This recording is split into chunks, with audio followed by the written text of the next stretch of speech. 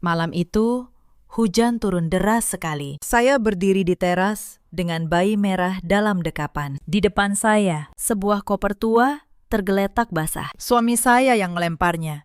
"Pergi, bawa anakmu. Rumah ini bukan tempat untuk perempuan miskin," kata Reza dingin. Di sampingnya, ibunya tersenyum penuh kemenangan. Mereka tidak tahu satu hal. 10 menit setelah saya melangkah keluar, hidup mereka akan runtuh sampai ke akar. Halo sahabat, selamat datang kembali di kanal ini. Sebelum kita masuk ke kisah malam ini, tolong tekan tombol langganan dan nyalakan lonceng notifikasi. Tulis nama dan kota kalian di kolom komentar. Ketik kata hadir. Saya ingin tahu, sahabat setia kanal ini datang dari mana saja. Kisah kali ini akan membuat dada kalian sesak di awal. Tapi saya jamin, akhirnya akan terasa sangat memuaskan. Tarik napas dalam-dalam. Mari kita mulai. Nama saya Anindya Kusuma. Usia saya 32 tahun. Selama 2 tahun terakhir, saya tinggal di sebuah rumah sederhana di kawasan Bekasi Tengah. Sebagai istri dan menantu, di mata mereka, saya hanyalah perempuan biasa, tidak punya pekerjaan tetap, tidak punya orang tua, tidak punya apa-apa. Tapi itu hanya yang mereka lihat di permukaan. Yang sebenarnya, saya menyimpan satu rahasia besar. Rahasia yang saya jaga rapat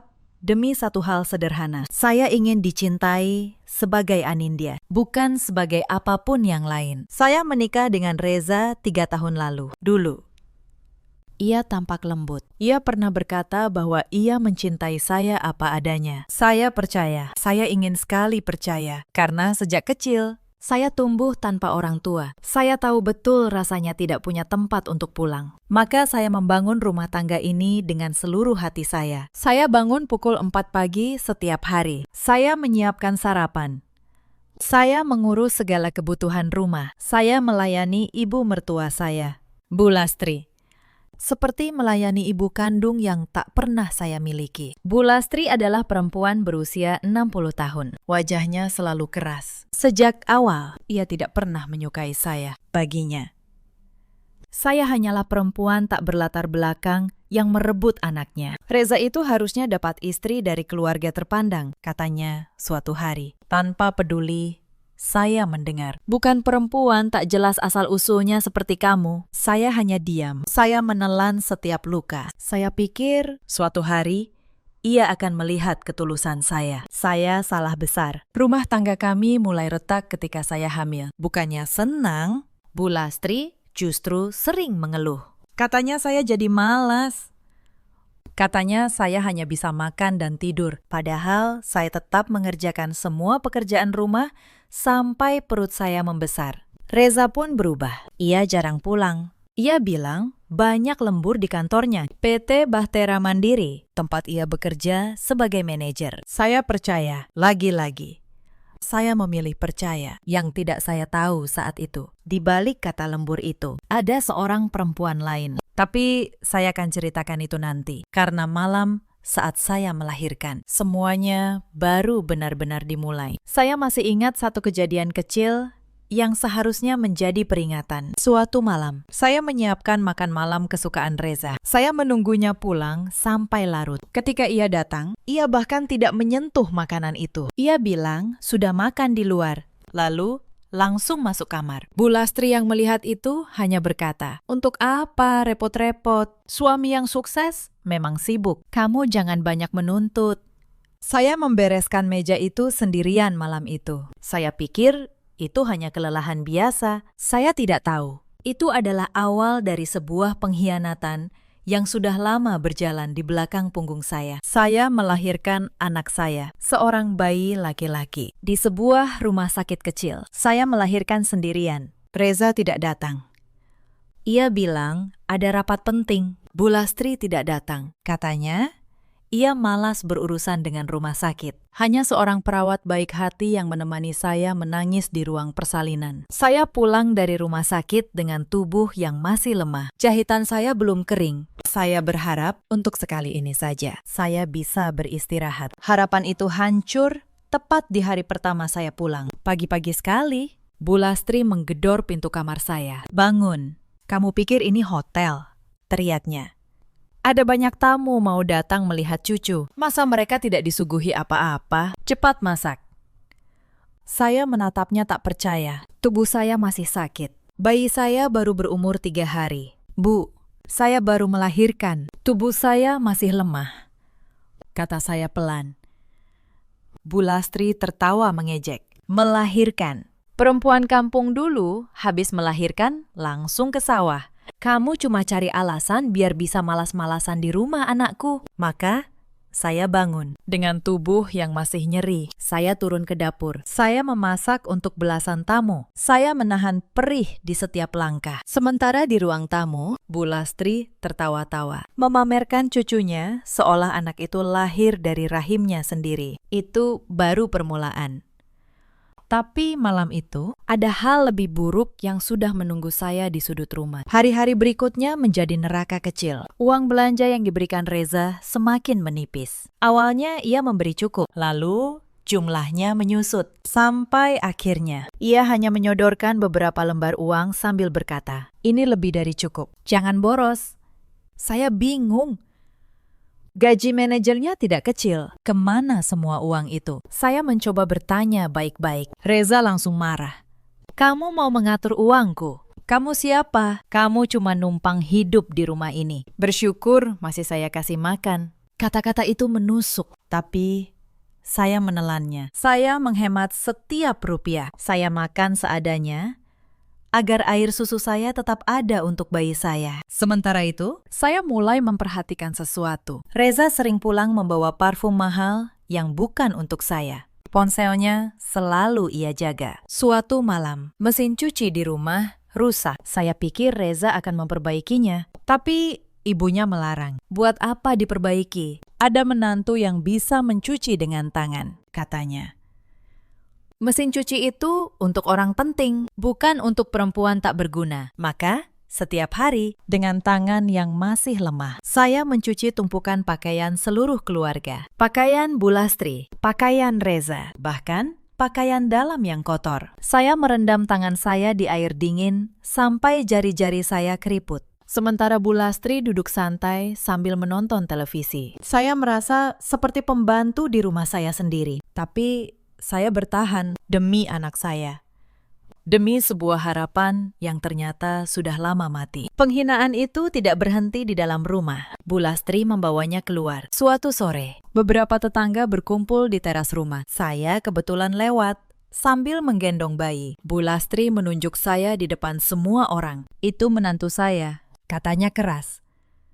Yatim piatu, tidak punya orang tua, tidak punya keluarga, tidak punya apa-apa.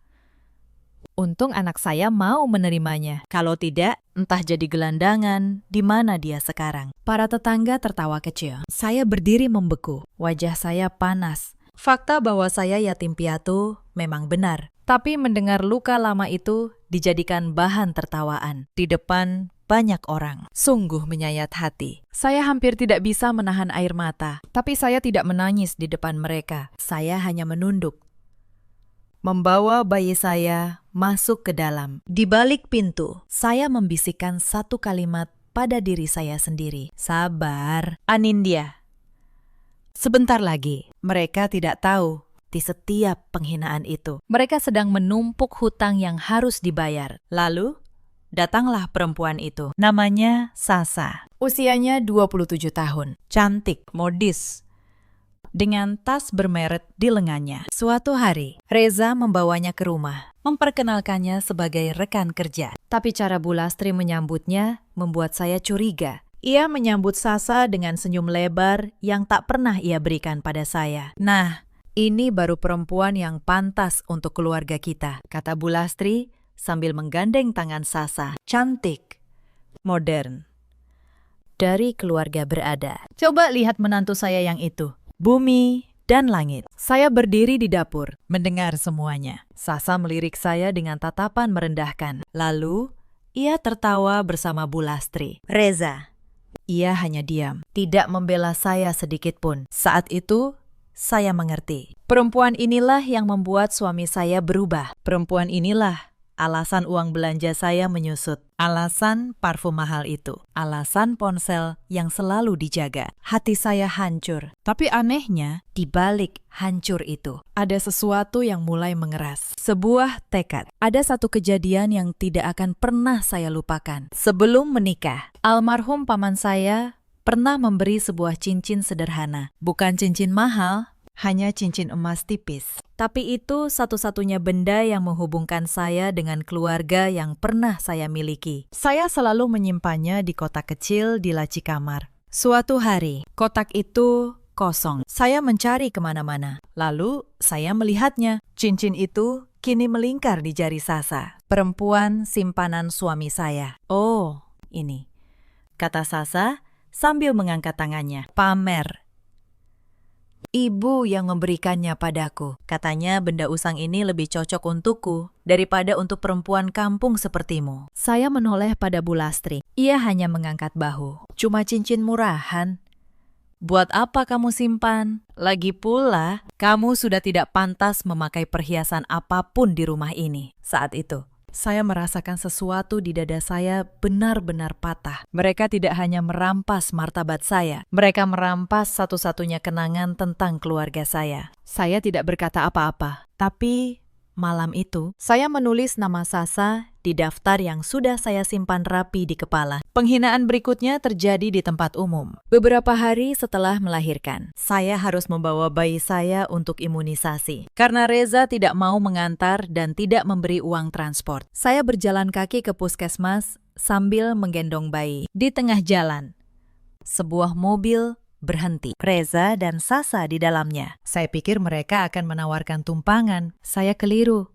Reza membuka jendela hanya untuk berkata, "Lihat itu, Sasa." Perempuan itu memang ditakdirkan jadi orang susah. Jalan kaki sambil gendong anak seperti gelandangan. Lalu mereka tertawa dan mobil itu melaju, meninggalkan saya dan bayi saya di tengah debu jalanan. Beberapa orang yang lewat menatap saya dengan iba. Tapi saya tidak butuh iba. Saya hanya menggenggam tangan kecil bayi saya dan terus berjalan. Setiap langkah di jalan panas itu saya tanamkan dalam ingatan. Suatu hari saya berjanji, mereka akan merasakan dinginnya berjalan kaki tanpa siapapun yang peduli. Yang membuat saya bertahan dalam semua itu hanya satu, bayi saya dan diam-diam.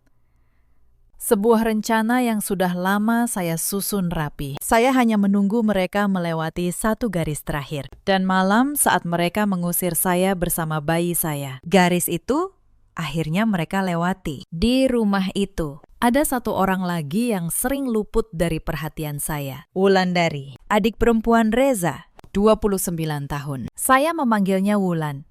Selama ini saya pikir Wulan sama saja dengan ibunya. Ia jarang bicara dengan saya. Ia sering menatap saya dengan wajah datar yang sulit dibaca. Bu Lastri sering memuji Wulan dan menyuruhnya mengawasi saya. Maka, saya menjaga jarak. Saya pikir ia satu kubu dengan mereka. Saya tidak tahu bahwa Wulan diam-diam memperhatikan segalanya. Tapi itu akan saya ceritakan nanti. Sementara itu, keadaan semakin parah. Suatu hari, saya menemukan tumpukan surat di laci meja Reza. Surat tagihan, surat hutang. Reza ternyata berhutang ke banyak tempat. Untuk apa? Untuk membiayai gaya hidup Sasa. Tas, perhiasan, liburan. Dan yang membuat saya tercekat, ada selembar surat perjanjian hutang yang ia tanda tangani. Di salah satu klausanya, nama saya dicantumkan sebagai penjamin. Tanpa sepengetahuan saya, mereka menjebak saya. Jika hutang itu tidak terbayar, sayalah yang akan dikejar. Saya, perempuan yang katanya tidak punya apa-apa, dijadikan tameng untuk hutang yang dibuat demi perempuan lain. Malam itu, saya menyimpan kembali surat-surat itu dengan tenang. Saya tidak marah. Saya hanya mencatat semuanya di dalam kepala. Setiap nama, setiap angka, setiap tanggal. Puncaknya datang lebih cepat dari yang saya kira. Suatu malam, Bu Lastri masuk ke kamar saya membawa selembar kertas. Tanda tangani ini, katanya tanpa basa-basi. Saya membaca kertas itu. Isinya adalah surat pernyataan. Saya, Anindya, menyatakan bersedia meninggalkan rumah, melepaskan semua hak. dan tidak akan menuntut apapun. Reza akan menikah lagi dengan perempuan yang lebih pantas, kata Bu Lastri dingin. Kamu sudah tidak dibutuhkan. Tanda tangani, lalu pergi. Saya meletakkan kertas itu di meja. Saya menatap mata perempuan tua itu. Dan anak saya, tanya saya pelan. Bu Lastri tersenyum kejam. Anak itu darah daging keluarga kami. Ia akan diurus oleh Sasa nanti. Kamu tidak punya hak apa-apa atas dia. Sesuatu di dalam dada saya membeku menjadi es pada saat itu. Mereka boleh menghina saya.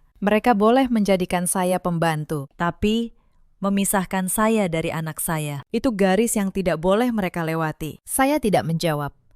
Saya tidak menangis. Saya hanya berkata satu hal. Saya tidak akan menandatangani apapun. Wajah Bu Lastri merah padam. Ia memanggil Reza. Reza datang dengan wajah penuh amarah. Dan malam itu, di tengah hujan deras, mereka mengusir saya. Pergi.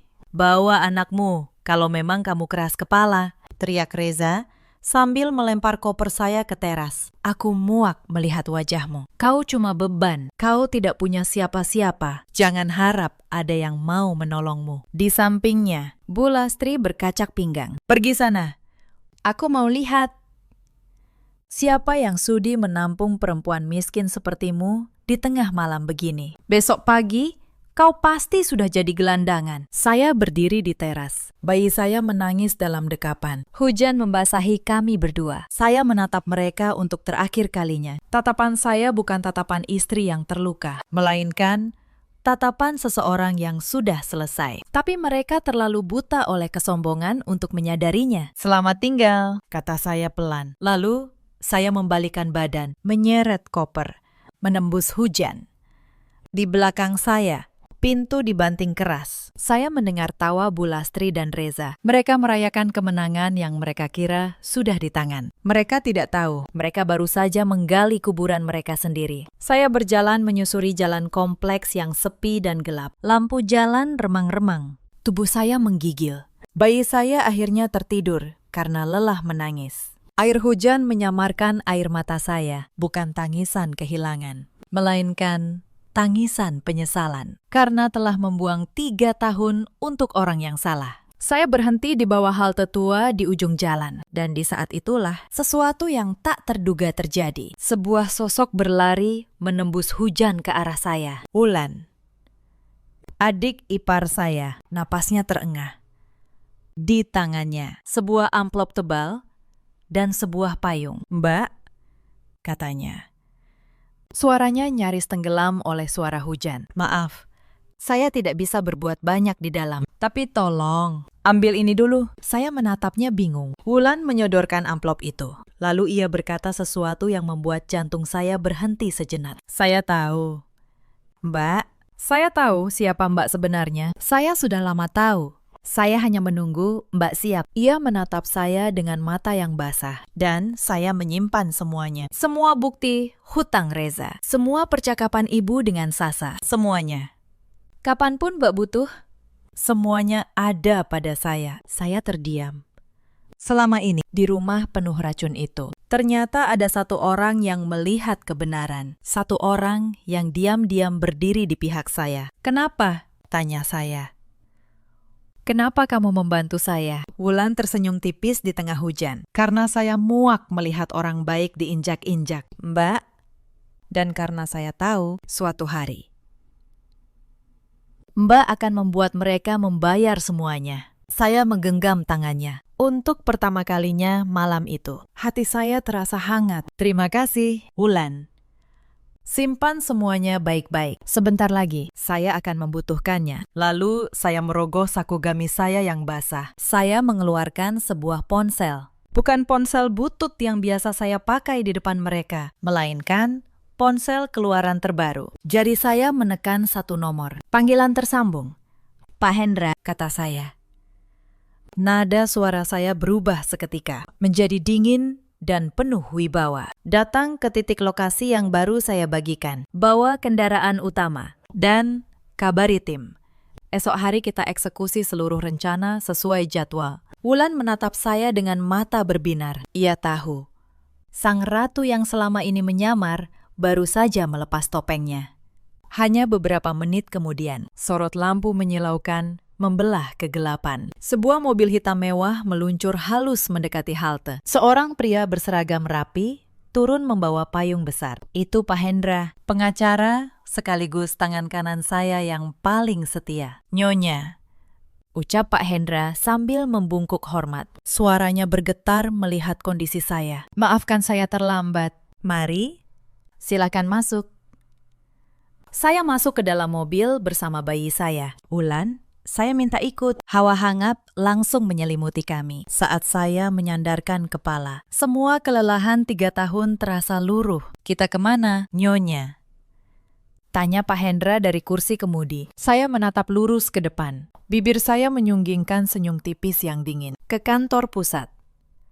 Dan hubungi tim legal malam ini juga. Besok, saya ingin proses akuisisi PT Bahtera Mandiri dimulai. Beli perusahaan tempat mantan suami saya bekerja sampai tuntas. Karena yang mereka tidak tahu, perempuan miskin yang mereka usir malam ini adalah pemilik tunggal Cakrawala Group, perusahaan raksasa yang menjadi induk dari ratusan vendor di seluruh kota, termasuk PT Bahtera Mandiri, tempat Reza menggantungkan hidupnya. Puncak dari semua penghinaan di dalam rumah terjadi pada sebuah malam yang seharusnya tidak pernah ada. Reza mengadakan pesta kecil di rumah. Untuk siapa? Untuk Sasa. Ia mengundang teman-temannya untuk memperkenalkan Sasa sebagai calon istri yang sebenarnya. Di rumah yang sama, tempat saya tinggal sebagai istri sahnya. Tempat bayi saya tidur di kamar. Dan yang lebih menyakitkan, Bu Lastri menyuruh saya melayani pesta itu. Kamu masih tinggal di sini, jadi kamu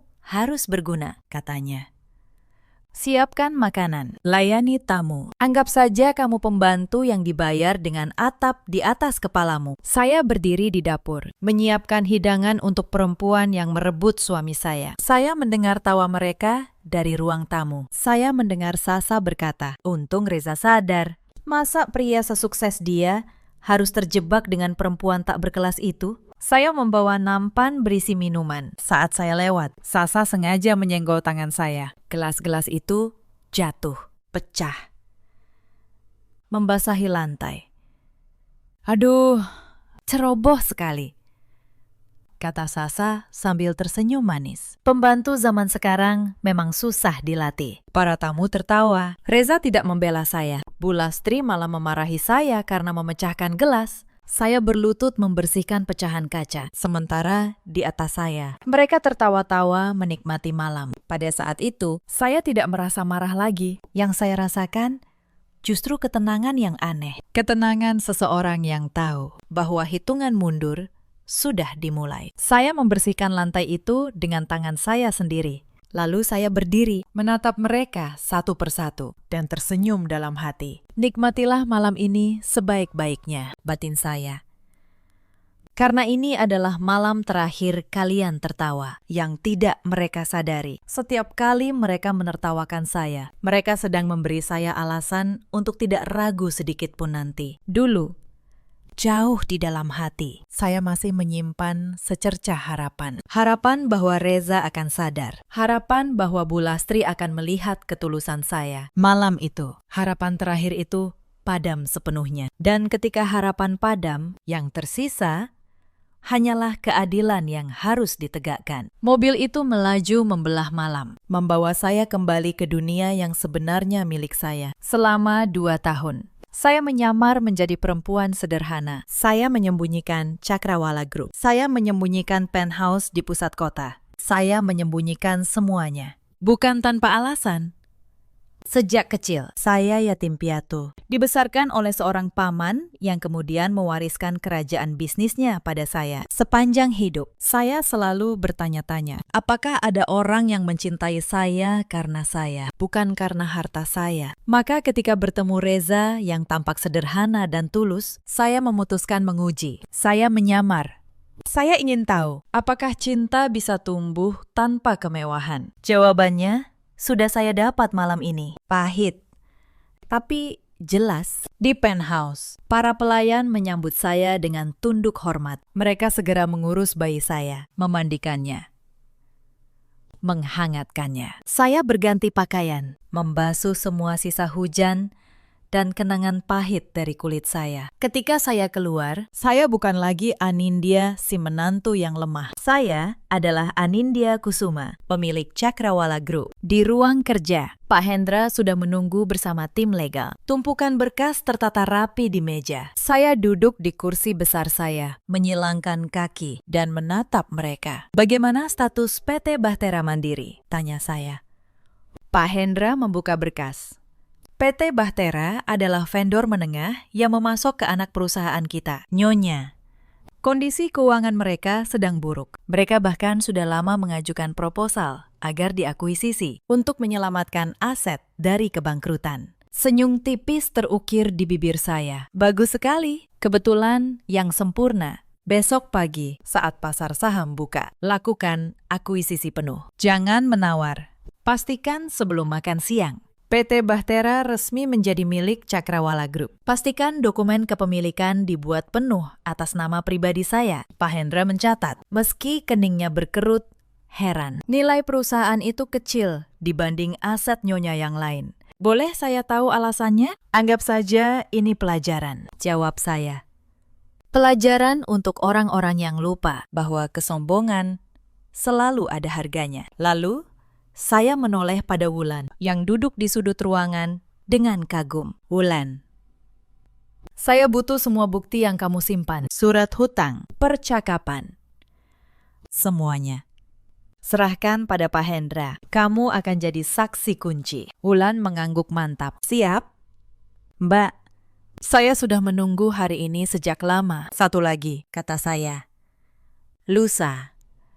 Cakrawala Group mengadakan rapat pemegang saham gabungan dengan semua vendor utama di Grand Ballroom Hotel Mahkota. Semua direksi, kolega, dan pejabat hadir. Saya memutar kursi, menatap kerlip lampu kota dari jendela. Kirim undangan resmi ke PT Bahtera. Tujukan secara khusus kepada manajer Reza. Buat narasi bahwa kehadirannya diperlukan karena ia akan menerima posisi penting dalam struktur baru. Buat undangannya terlihat mewah dan meyakinkan. Pak Hendra tersenyum paham. Nyonya ingin memancing mereka datang dengan kepala terangkat. Tepat, kata saya.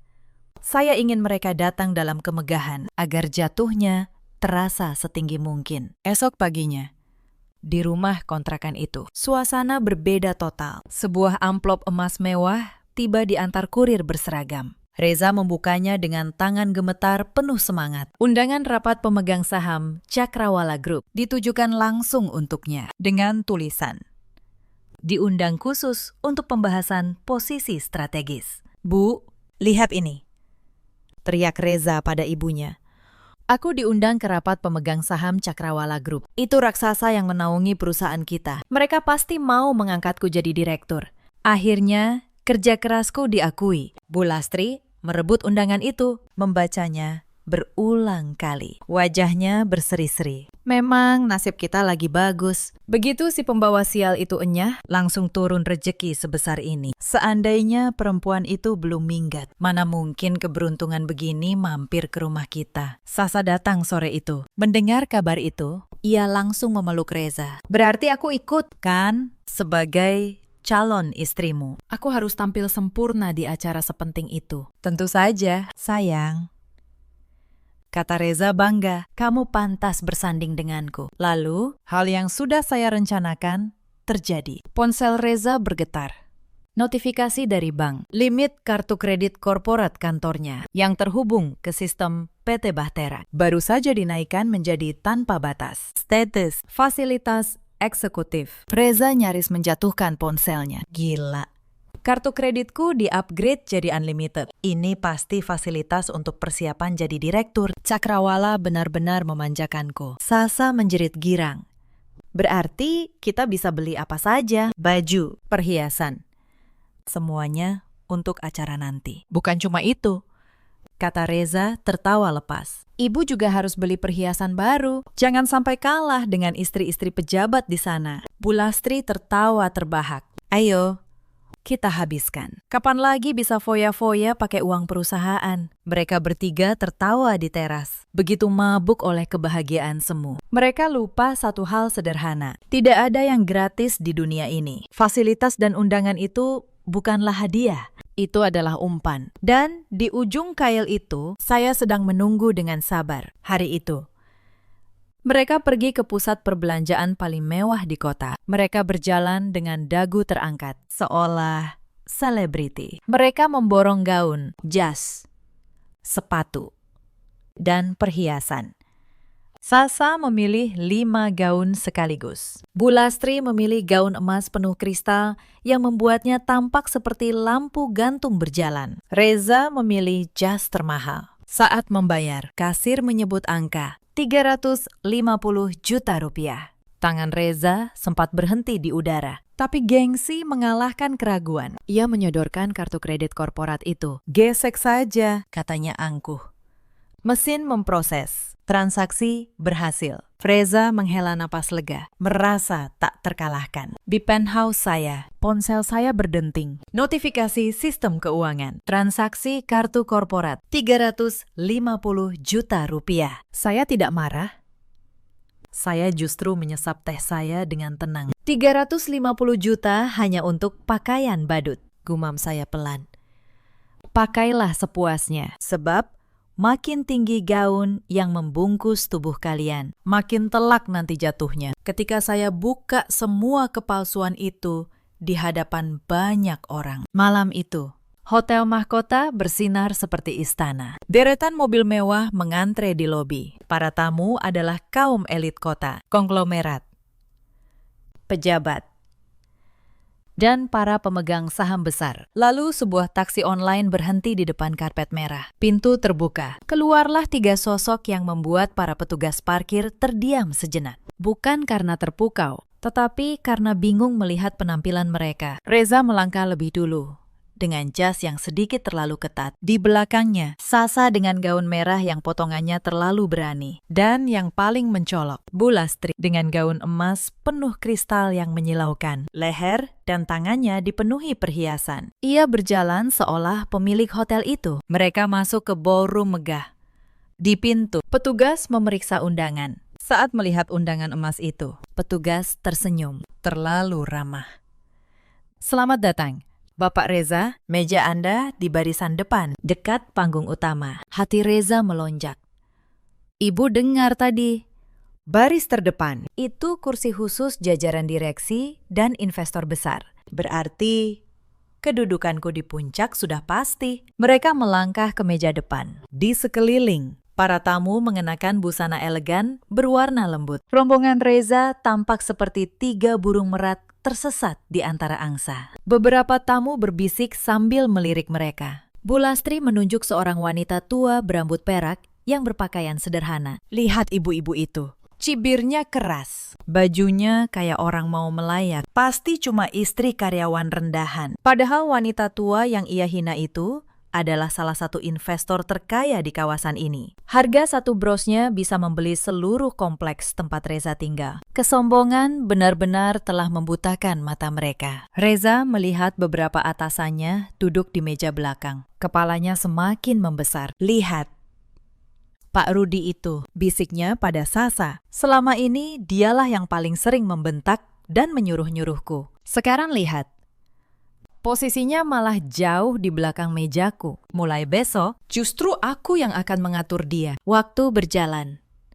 Lampu meredup, musik berhenti. Seorang pembawa acara naik ke panggung. Selamat malam. Hadirin yang terhormat, suaranya menggema. Terima kasih telah hadir dalam rapat pemegang saham Cakrawala Group. Malam ini istimewa. Karena untuk pertama kalinya, kita akan menyambut langsung sosok yang selama ini memimpin dari balik layar. Pemilik tunggal Cakrawala Group. Jantung Reza berdegup kencang. Ia merapikan dasinya. Ia setengah berdiri. Bersiap kalau-kalau namanya yang dipanggil. Sasa, siapkan kameramu, bisiknya. Rekam saat aku naik panggung. Bu Lastri pun menegakkan badan dengan bangga. Membayangkan dirinya sebentar lagi disebut sebagai ibunda seorang pejabat tinggi. Mari kita sambut Lanjut pembawa acara, Ibu Anindya Kusuma. Seketika, waktu seakan berhenti bagi Reza. Senyum di bibirnya membeku. Tepuk tangan menggemuruh. Ribuan tamu berdiri memberi penghormatan. Anindya, Reza terbata. Kelopak matanya berkedip cepat, penuh kebingungan. Kok bisa namanya persis seperti... Belum sempat otaknya memproses. Pintu di tengah panggung terbuka. Asap dramatis menyembur. Seorang wanita melangkah keluar dengan anggun. Saat sorot lampu fokus, wajah itu terlihat jelas. Saya. Benar-benar saya. Tapi bukan Anindya yang biasa ia lihat mengepel lantai dengan daster lusuh. Saya mengenakan gaun sutra merah marun, rancangan desainer. Dengan tiara berlian kecil di kepala. Saya berjalan dengan dagu terangkat. Tatapan dingin dan penuh kuasa. Di belakang saya, Pak Hendra dan Wulan mengiringi. Reza jatuh terduduk kembali ke kursinya. Kakinya lemas. Itu Anindya. Itu istriku. Suaranya bergetar, nyaris tak terdengar. Bu Lastri yang sedang mengunyah kue tersedak. Matanya melotot. Tidak mungkin, itu si menantu miskin itu. Itu pemilik perusahaan. Sasa pucak pasi. Kamera di tangannya merosot. Saya berdiri di panggung, menatap ke arah meja depan. Tepat ke arah mereka bertiga. Saya tersenyum tipis. Lalu saya mulai bicara. Suara saya tenang, namun menggema ke seluruh ruangan. Terima kasih atas kehadiran kalian semua, kata saya. Malam ini, selain rapat pemegang saham, ada satu hal kecil yang ingin saya selesaikan. Sebuah urusan pribadi. Saya menatap Reza. 3 hari lalu, di tengah hujan, saya diusir dari sebuah rumah bersama bayi saya yang baru lahir oleh seorang suami dan ibu mertua yang menganggap saya beban. Perempuan miskin tak punya apa-apa, katanya. Ruangan hening. Semua mata kini tertuju pada meja depan. Saya tidak akan menceritakan detailnya, lanjut saya. Tapi saya ingin mengumumkan 2 hal. Pertama, mulai siang tadi, PT Bahtera Mandiri, perusahaan tempat Bapak Reza bekerja, telah resmi diakuisisi penuh oleh Cakrawala Group. Artinya, sayalah pemilik tempat ia bekerja. Dan terhitung malam ini, posisi Bapak Reza sebagai manajer beserta semua fasilitasnya dihentikan. Reza terbelalak. Apa? Tidak. Tidak mungkin. Kedua, saya melanjutkan tanpa belas kasihan. Kartu kredit korporat yang kalian gunakan untuk berbelanja 350 juta rupiah kemarin adalah kartu milik perusahaan saya. Semua tagihan itu kini menjadi hutang pribadi Bapak Reza bersama dengan hutang lain yang ia tanda tangani diam-diam dengan mencantumkan nama saya sebagai penjamin tanpa izin. Saya menoleh ke Wulan dan saya punya saksi, adik kandungnya sendiri yang menyimpan semua bukti. Wulan melangkah maju, menyerahkan map berisi dokumen kepada Pak Hendra. Wajah Bu Lastri memutih. Wulan, kamu mengkhianati keluargamu sendiri. Bukan saya yang mengkhianati keluarga. Bu, jawab Wulan tegas. Ibu yang mengkhianati orang baik yang sudah ibu anggap pembantu selama ini. Petugas keamanan mendekat. Saya memberi isyarat.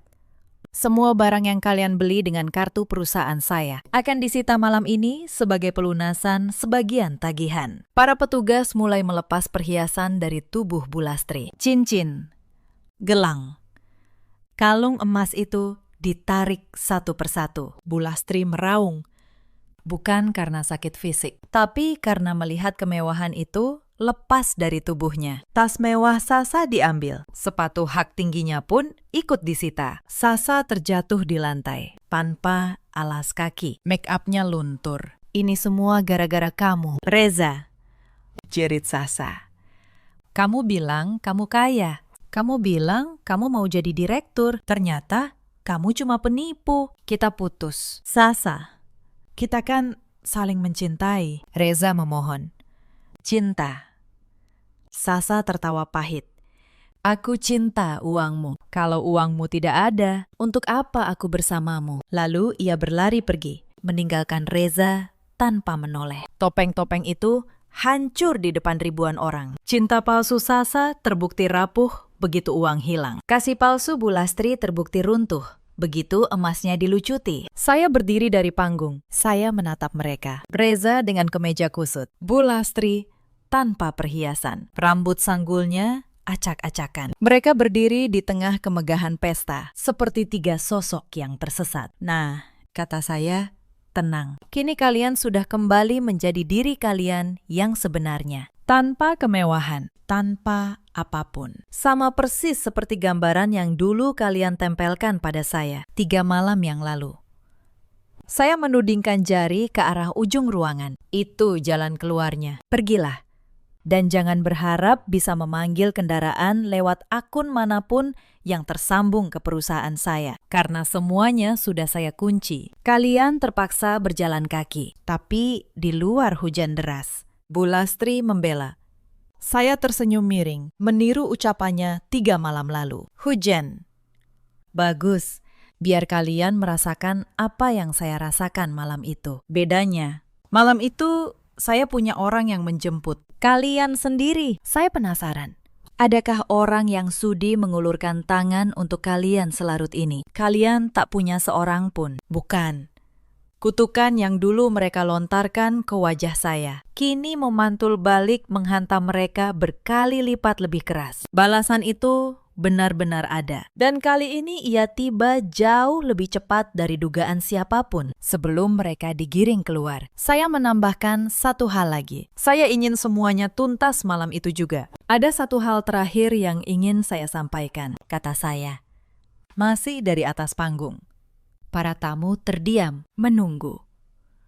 Bapak Reza pernah menandatangani perjanjian hutang sebesar 500 juta rupiah dengan mencantumkan nama saya sebagai penjamin tanpa sepengetahuan saya. Hutang itu ia gunakan untuk membiayai gaya hidup perempuan lain. Bisik-bisik memenuhi ruangan. Beberapa tamu menggeleng-geleng. Tim legal saya sudah memeriksa dokumen itu. Lanjut saya. Tanda tangan penjamin atas nama saya adalah palsu, dipalsukan. Itu adalah tindak pidana. Pak Hendra, urus laporannya. Wajah Reza pucat pasi. Ia tahu apa artinya itu. Bukan hanya kehilangan pekerjaan dan harta, ia kini menghadapi masalah hukum yang nyata. Anindya, kumohon. Reza nyaris berlutut. Aku hilaf. Aku salah. Tolong. Demi anak kita. Saya menatapnya dingin. Anak kita. Ulang saya.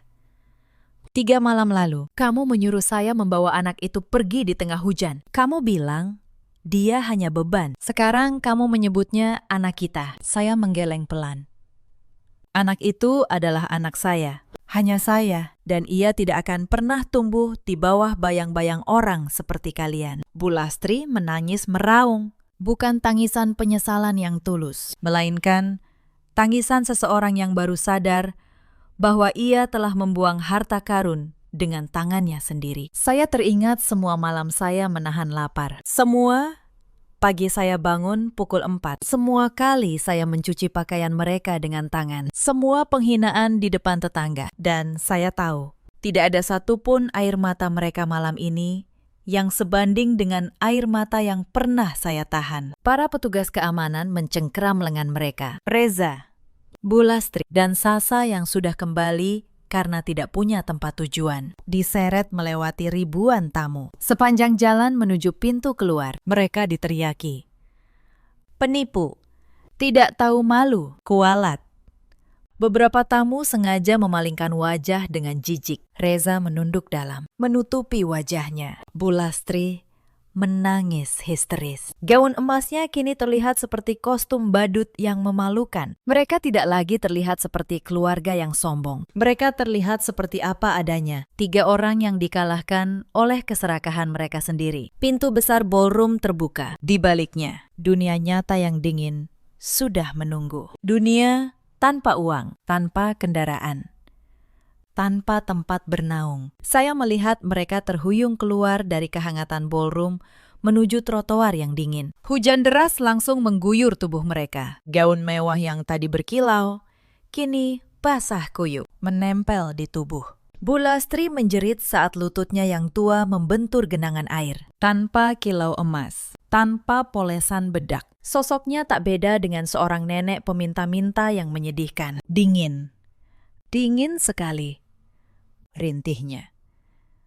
memeluk lututnya di pinggir jalan. Reza mencoba berdiri dengan susah payah. Kemeja mahalnya kini basah menerawang dan berlumur kotoran jalanan. Ia menatap ke arah pintu hotel, berharap petugas akan mengizinkan mereka berteduh. Namun deretan penjaga itu tetap diam terpaku. Lengan mereka terlipat di dada. Pesan dari sorot mata mereka sangat gamblang. Tidak ada izin untuk masuk.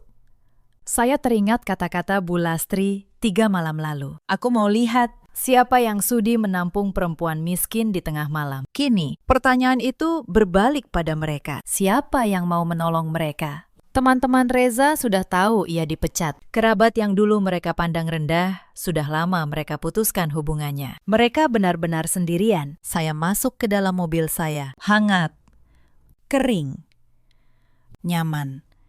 Bayi saya tidur pulas di kursi bayi khusus di samping saya. Mobil melaju perlahan melewati mereka bertiga di trotoar. Reza menatap mobil itu dengan tatapan kosong. Tahu persis siapa yang ada di dalamnya. Tapi kali ini, ia tidak berani mengetuk lagi. Ia hanya menunduk, membiarkan hujan memukul kepalanya. Saya tidak menoleh. Tidak ada lagi yang perlu saya lihat di belakang. Semua yang berharga sudah ada di dalam mobil ini bersama saya. Wulan, yang duduk di kursi depan, menoleh ke belakang. Mbak tidak menyesal?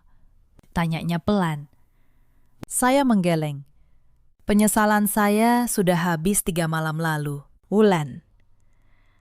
Yang tersisa sekarang hanya ketenangan. Saya menatap wajah mungil anak saya yang tertidur. Saya menghabiskan 3 tahun mencoba membeli cinta dengan ketulusan. Ternyata ada orang yang tidak akan pernah menghargai itu, sebanyak apapun kita memberi. Pelajaran itu mahal, tapi saya sudah membayarnya lunas. Mobil terus melaju, meninggalkan jejak air di aspal, membawa saya kembali ke kehidupan yang sebenarnya. Bukan sebagai menantu yang diinjak-injak, melainkan sebagai perempuan yang akhirnya kembali berdiri tegak di atas kakinya sendiri. Cerita ini mengajarkan kita sesuatu yang sederhana. Jangan pernah menilai seseorang dari harta atau penampilannya. Dan jangan sekali-kali menyepelekan kasih tulus seseorang yang mendampingimu justru di masa-masa tersulit. Di luar sana, ada banyak perempuan seperti saya dulu. Perempuan yang diam, yang sabar,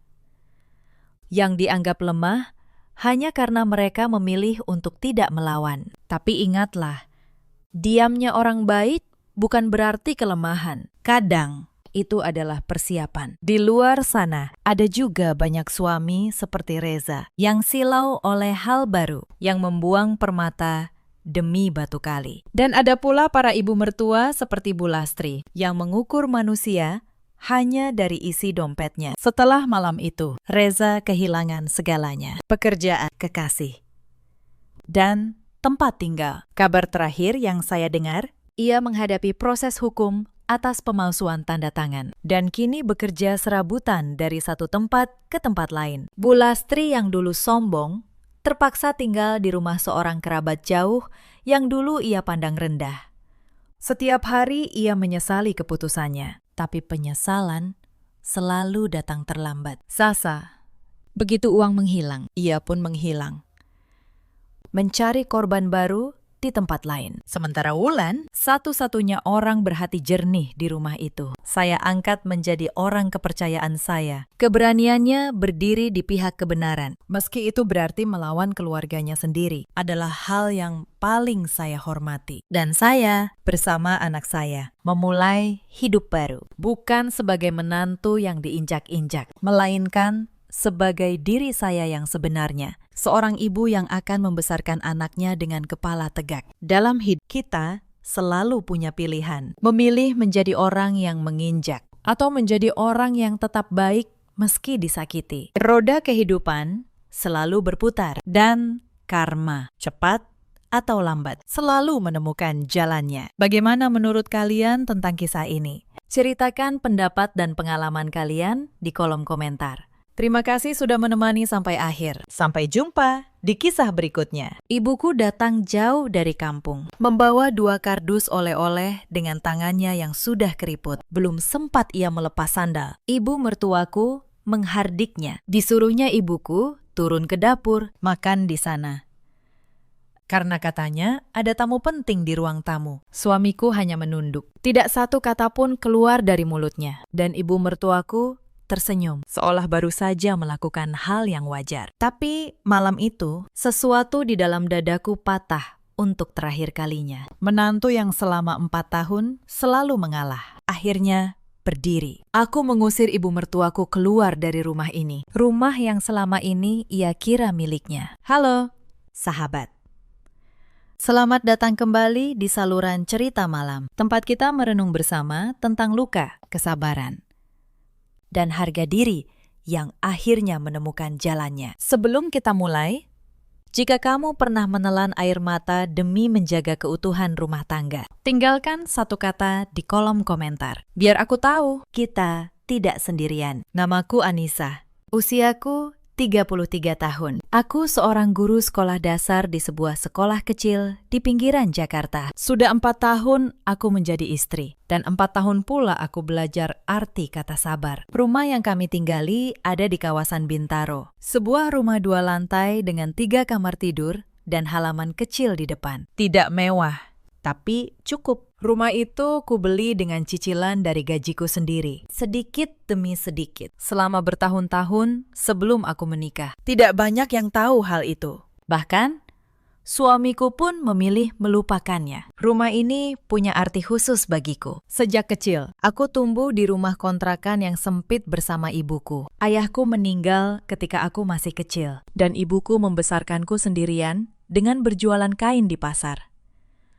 Setiap malam, aku melihatnya menghitung uang receh di bawah lampu temaram demi membayar sekolahku. Maka ketika aku mulai bekerja sebagai guru, aku berjanji pada diriku sendiri. Suatu hari, aku akan punya rumah sendiri. Rumah yang tidak bisa diambil siapapun. Aku menabung selama bertahun-tahun, menyisihkan setiap rupiah. Sampai akhirnya, aku bisa membeli rumah di Bintaro ini dengan cicilan. Rumah ini bukan sekedar bangunan. Ia adalah lambang dari setiap tetes keringat ibuku dan diriku. Itulah sebabnya, ketika Bu Ratna dengan mudahnya mengaku rumah ini milik keluarganya, ada sesuatu di dalam dadaku yang terluka lebih dalam daripada yang bisa kuungkapkan. Suamiku bernama Reza.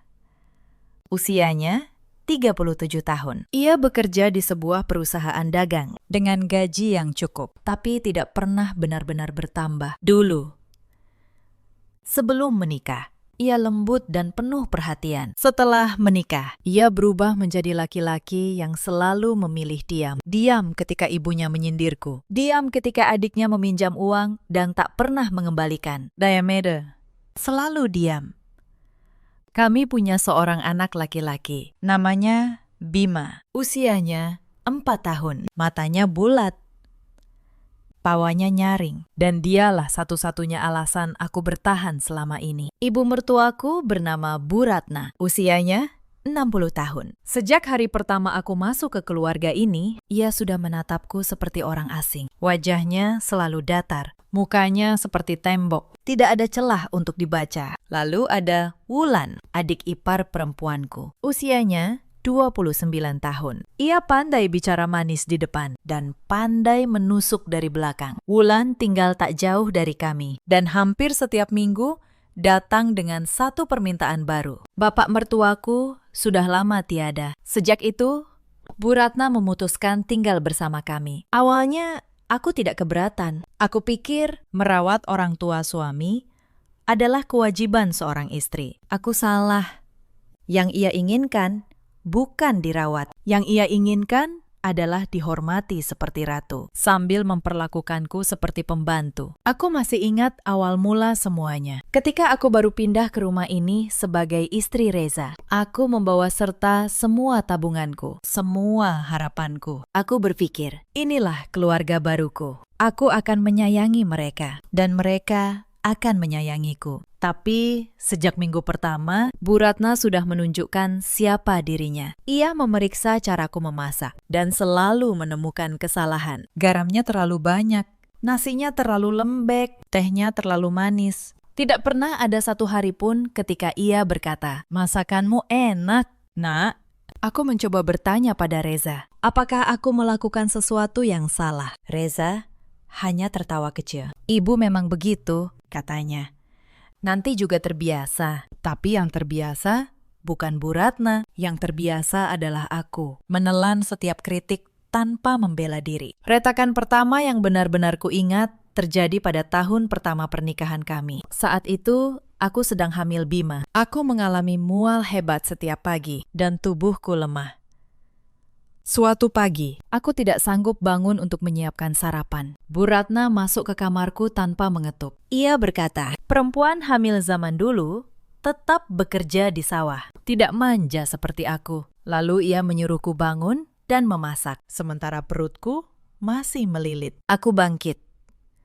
Aku memasak dengan tangan gemetar, dan Reza seperti biasa hanya memintaku untuk tidak membuat ibunya kesal. Hari itu aku belajar satu hal. Di rumah ini, perasaanku tidak pernah dianggap penting. Yang penting hanyalah kenyamanan Bu Ratna. 4 tahun aku menahan diri. 4 tahun aku menelan setiap sindiran. Tapi malam ketika ibuku datang dari kampung, semuanya berubah. Hari itu langit Bintaro mendung. Ibuku mengabari lewat telepon bahwa ia akan datang. Sudah hampir setahun ia tidak bertemu cucunya. Suaranya gemetar menahan rindu. Aku menyambutnya di depan pintu. Tubuhnya lebih kurus dari yang kuingat. Tangannya penuh kantong, berisi keripik singkong, gula aren, dan kain batik yang ia tenun sendiri. Semua itu untuk Bima, katanya. Aku memeluknya erat. Aroma kampung masih melekat di bajunya. Aroma rumah, aroma masa kecil. Ibuku mengeluarkan kain batik yang ia tenun sendiri selama berbulan-bulan. Warnanya coklat keemasan, dengan motif yang ia buat khusus untuk Bima. Matanya berbinar ketika menyerahkannya. Ini untuk cucu ibu, katanya bangga. Ibu menenunnya sendiri. Tapi Wulan yang kebetulan lewat hanya melirik sekilas. Ia berkata dengan nada meremehkan bahwa kain seperti itu sudah ketinggalan zaman. Lalu, ia menyarankan agar kain itu disimpan saja di gudang atau dijadikan lap. Ibuku terdiam. Senyumnya memudar. Kain yang ia kerjakan dengan penuh cinta dihina dalam sekejap. Aku mengambil kain itu dari tangan ibuku. Kupeluk erat-erat. Ini kain paling indah yang pernah kulihat, Bu, kataku. Lalu aku membawanya ke kamar Bima dan kupasang di dinding agar setiap hari anakku bisa melihat hasil cinta neneknya. Tapi belum sempat ibuku duduk. Bu Ratna keluar dari kamarnya. Ia menatap ibuku dari ujung kepala sampai ujung kaki. Lalu ia berkata dengan suara dingin, "Oh, ibunya Anissa. Ya, kalau mau makan, di dapur saja. Di sini sedang ada tamu penting." Padahal tidak ada tamu. Yang ada hanya Wulan yang sedang menonton televisi sambil mengunyah kue. Ibuku tersenyum kaku. Ia mengangguk pelan, lalu berjalan ke arah dapur dengan kantong-kantong oleh-oleh masih di tangannya. Punggungnya membungkuk, seakan meminta maaf hanya karena ia ada di sana. Aku menatap suamiku. Reza hanya memandang layar ponselnya. Ia tidak bergerak. Ia tidak bicara. Dadaku terasa panas, tapi aku menahannya. Demi Bima, kataku pada diriku sendiri. Demi rumah tangga ini. Malam itu aku menemani ibuku makan di dapur. Lantainya dingin, lampunya redup. Ibuku makan dengan tenang, seolah tidak terjadi apa-apa. Tidak apa-apa, Nak, katanya pelan. Ibu sudah biasa makan di mana saja. Kata-kata itu menusuk lebih dalam daripada bentakan manapun. Karena ibuku tidak marah, ibuku hanya menerima. Dan justru itulah yang membuatku ingin menangis. Keesokan harinya, di sekolah, aku menceritakan semuanya kepada Aditya, rekan mengajarku sekaligus sahabat terbaikku. Ia mendengarkan dengan wajah serius, lalu menatapku lama. "Anissa," katanya, "kamu ini perempuan paling sabar yang pernah ku kenal. Tapi sabar itu ada batasnya. Kamu menahan semua ini demi siapa? Demi orang-orang yang bahkan tidak menghargai ibumu sendiri." Aku terdiam. Aku tidak punya jawaban. Aditya melanjutkan, "Aku tidak menyuruhmu marah, tapi setidaknya jangan biarkan dirimu hilang di tengah orang-orang yang tidak pernah melihatmu sebagai manusia. Kata-kata Aditya menemaniku sepanjang hari. Untuk pertama kalinya, aku mulai berpikir, mungkin diam bukan satu-satunya cara untuk menjaga keluarga. Mungkin ada cara lain, cara yang lebih jujur pada diriku sendiri. Tapi aku tidak tahu. Malam itu baru permulaan. Keesokan paginya, Bu Ratna mengadakan arisan kecil di ruang tamu. Beberapa tetangga datang. Aku menyuguhkan teh dan kue sebagaimana mestinya. Lalu salah satu tamu bertanya, "Rumah ini milik siapa?" Bu Ratna langsung menjawab dengan bangga. Katanya, "Rumah ini milik keluarga Reza." Katanya, ia dan almarhum suaminya yang membelikan untuk anak laki-lakinya. Aku berdiri di ambang dapur, menahan cangkir di tangan. Setiap kata itu adalah dusta, tapi aku tidak membantah. Aku hanya tersenyum, lalu kembali ke dapur. Sebenarnya, sertifikat rumah ini tersimpan rapi di laci kamarku. Dan aku tahu persis nama siapa yang tertulis di sana. Tapi saat itu, aku belum siap membukanya. Malam itu, Reza pulang larut. Ketika ku ceritakan apa yang dikatakan ibunya, ia hanya mengangkat bahu. "Sudahlah, Nis," katanya. "Apa salahnya ibu bicara begitu? Toh, kita satu keluarga." Aku menatapnya lama. Satu keluarga, tapi mengapa hanya aku yang harus mengalah? Beberapa hari kemudian, ada kejadian lain yang membuatku semakin paham posisiku di rumah ini. Sore itu, aku memasak ayam goreng kesukaan Bima. Aku menyiapkan 2 potong paha untuk anakku, karena ia memang masih kecil dan butuh makan banyak. Tapi Bu Ratna mengambil kedua potongan itu dari piring Bima. Ia berkata, "Anak kecil tidak boleh dimanjakan." Lalu, ia memberikan potongan terbaik itu kepada Wulan, yang saat itu sedang bertamu. Bima menangis. Dan aku, sekali lagi, hanya bisa memeluknya sambil menahan amarah. Aku mulai menyadari sebuah pola. Apapun yang baik di rumah ini selalu mengalir ke arah Wulan dan Bu Ratna. Apapun yang berat selalu jatuh ke pundakku dan suamiku. Ia hanya menjadi penonton dari ketidakadilan itu. Lalu, ada urusan sekolah Bima. Aku sudah lama merencanakan untuk memasukkan Bima ke sebuah taman kanak-kanak yang bagus, tidak jauh dari rumah. Aku sudah menabung untuk itu, tapi ketika ku sampaikan rencana itu, Bu Ratna menentang keras. Ia bilang, "Untuk apa menghamburkan uang untuk sekolah anak sekecil itu?" Ia bilang, "Lebih baik uang itu dipakai untuk keperluan keluarga," yang artinya untuk keinginan Wulan. Reza, seperti yang sudah bisa kutebak, lebih memilih sependapat dengan ibunya. Tapi kali ini, aku tidak menyerah. Bima adalah anakku. Maka diam-diam, aku tetap mendaftarkannya dengan uangku sendiri, tanpa memberitahu siapapun. Itulah pertama kalinya aku belajar bahwa untuk melindungi orang yang kucintai, kadang aku harus berani bergerak dalam diam. Ada satu malam lagi yang tak akan kulupakan. Aku jatuh sakit, demam tinggi, kepalaku berat, dan tubuhku menggigil. Aku berbaring di kamar, hampir tidak bisa bangun. Tapi malam itu tidak ada yang peduli. Bu Ratna malah mengetuk pintu, menanyakan kapan makan malam siap. Ketika ku bilang aku sedang sakit, ia mendengus. Ia berkata, dulu ketika ia sakit pun, ia tetap mengurus rumah.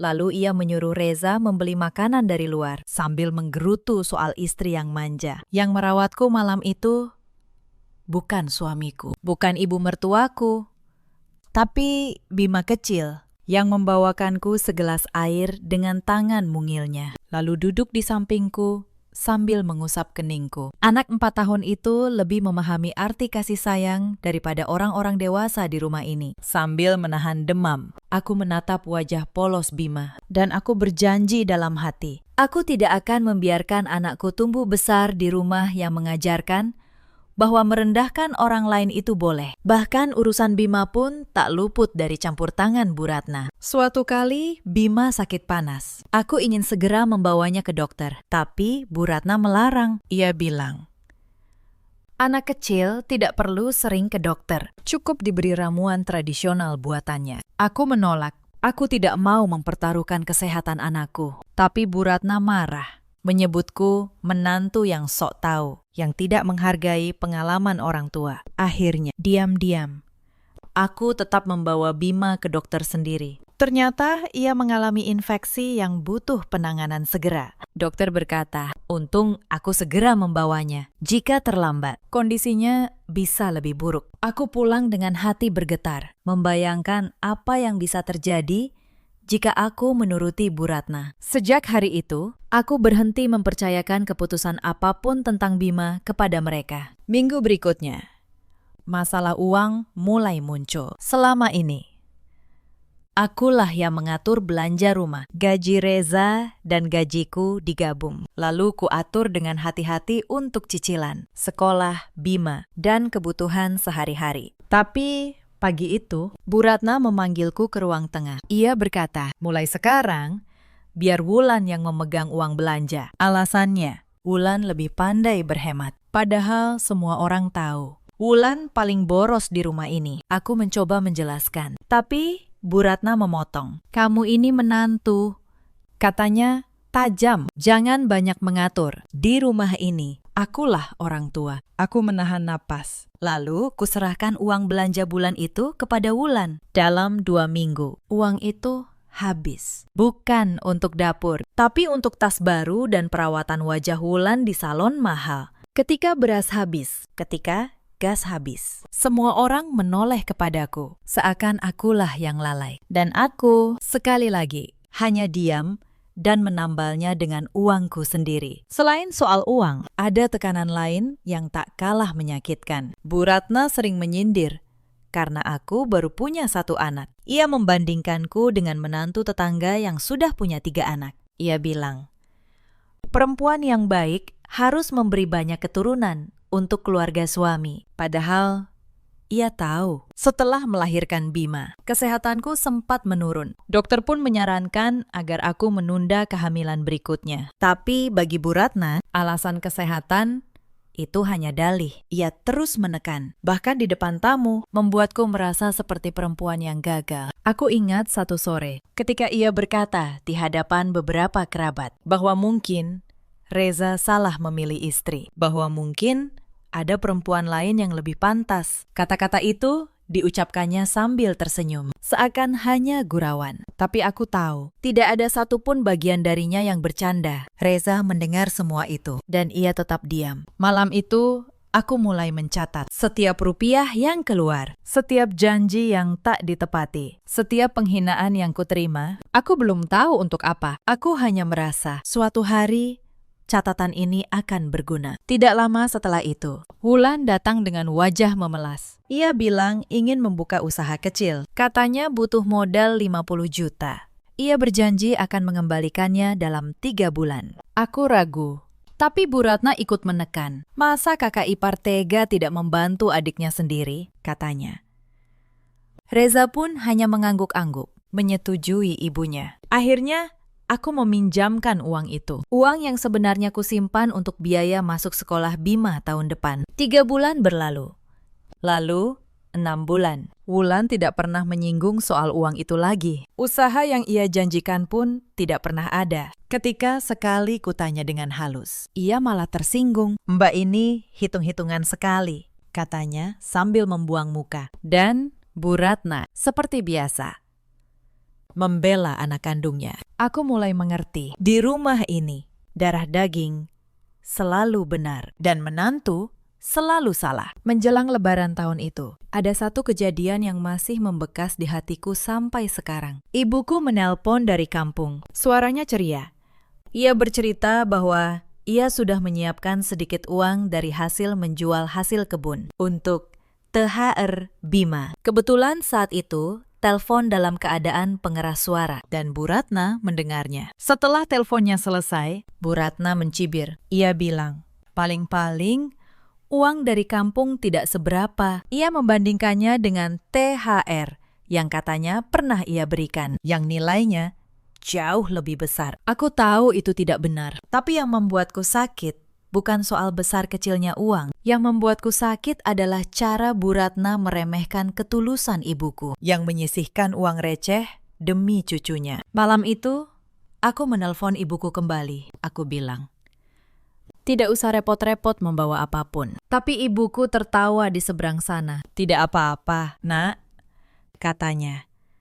Ibu senang bisa memberi sesuatu untuk Bima. Dan aku menutup telepon sambil menahan air mata. Aku mulai mengerti. Di rumah ini, darah daging selalu benar. Dan menantu selalu salah. Dan yang lebih menyakitkan, kebaikan ibuku justru dijadikan bahan ejekan. Tak lama setelah itu, ada satu hal lagi yang membuatku terluka. Saat aku menikah dulu, ibuku memberiku sepasang gelang emas. Itu satu-satunya warisan berharga yang ia miliki. Hasil ia menabung bertahun-tahun. Gelang itu kusimpan baik-baik di kotak perhiasan. Suatu hari, gelang itu hilang dari kotaknya. Aku mencarinya kemana-mana. Lalu, beberapa minggu kemudian, aku melihat Wulan memakai gelang yang sangat mirip dalam sebuah acara keluarga. Ketika kutanya, Bu Ratna dengan santai mengaku. Katanya, ia yang memberikan gelang itu kepada Wulan sebagai hadiah. Karena Wulan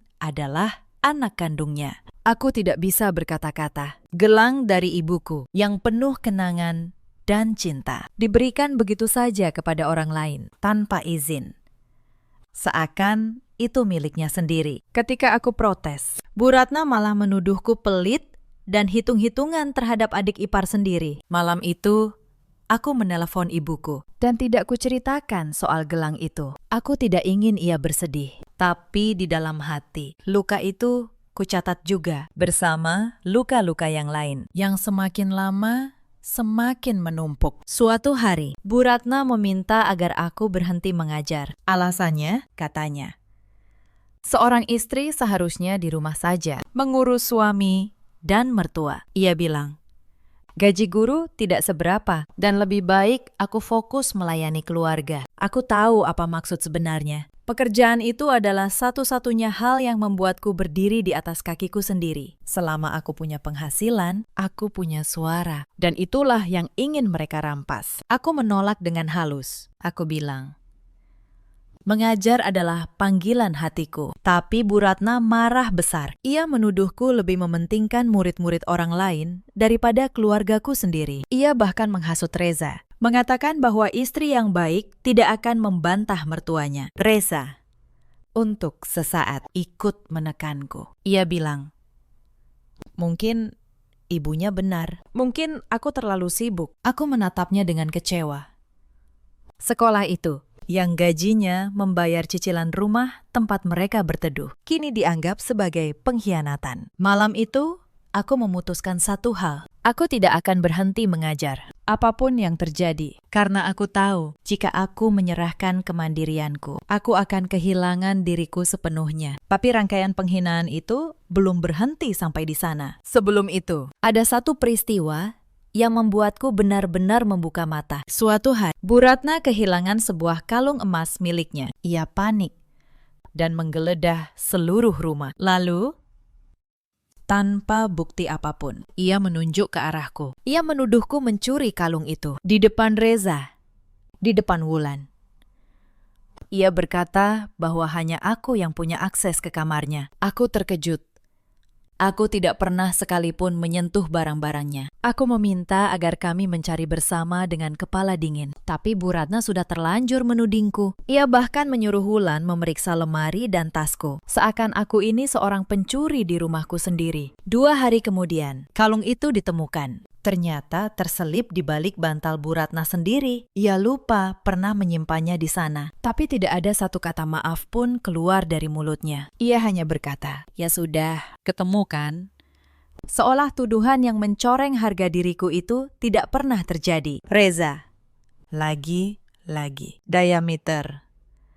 Tidak ada pembelaan, tidak ada perlindungan. Malam itu, aku menangis dalam diam. Dan untuk pertama kalinya, aku bertanya pada diriku sendiri, sampai kapan aku sanggup bertahan? Beberapa hari setelah itu, aku mengetahui hal lain yang membuat dadaku sesak. Seorang tetangga dengan ragu-ragu memberitahuku bahwa Wulan sering membicarakan keburukanku di grup arisan ibu-ibu. Katanya, Wulan menyebutku menantu yang sombong, yang merasa kaya karena punya gaji sendiri, yang tidak menghormati mertua. Aku terkejut.